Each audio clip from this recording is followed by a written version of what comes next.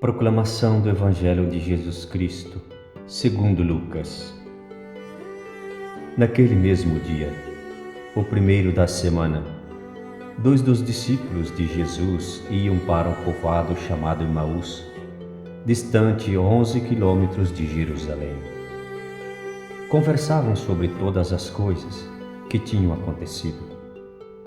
Enquanto conversavam e discutiam, o próprio Jesus se aproximou e começou a caminhar com eles.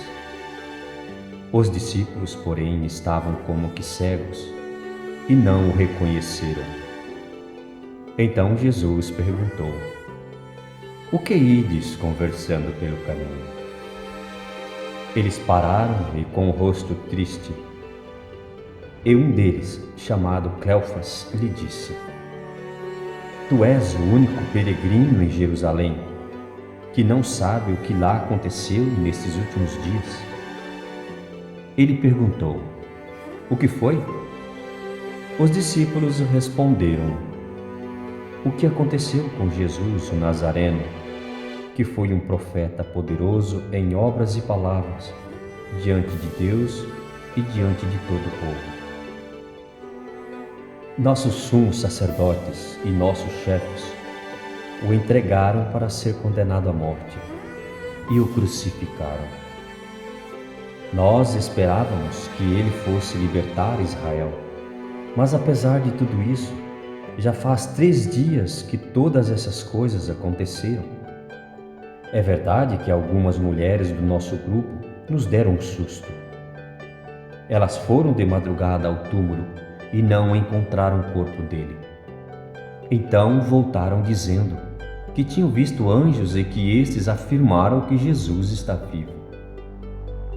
Alguns dos nossos foram ao túmulo e encontraram as coisas como as mulheres tinham dito. Ele, porém, ninguém ouviu." Então Jesus lhes disse: "Como sois sem inteligência e lentos para crer em tudo que os profetas falaram? Será que o Cristo não devia sofrer tudo isso para entrar na sua glória?" E começando por Moisés e passando pelos profetas, explicava aos discípulos todas as passagens da Escritura que falavam a respeito dele. Quando chegaram perto do povoado para onde iam, Jesus fez de conta que ia mais adiante. Eles, porém, insistiram com Jesus, dizendo: "Fica conosco, pois já é tarde e a noite vem chegando." Jesus entrou para ficar com eles. Quando se sentou à mesa com eles, tomou o pão, abençoou-o, partiu-o e lhes distribuía. Nisso os olhos dos discípulos se abriram e eles reconheceram Jesus. Jesus, porém, desapareceu da frente deles. Então um disse ao outro: "Não estava ardendo o nosso coração quando ele nos falava pelo caminho e nos explicava as Escrituras?"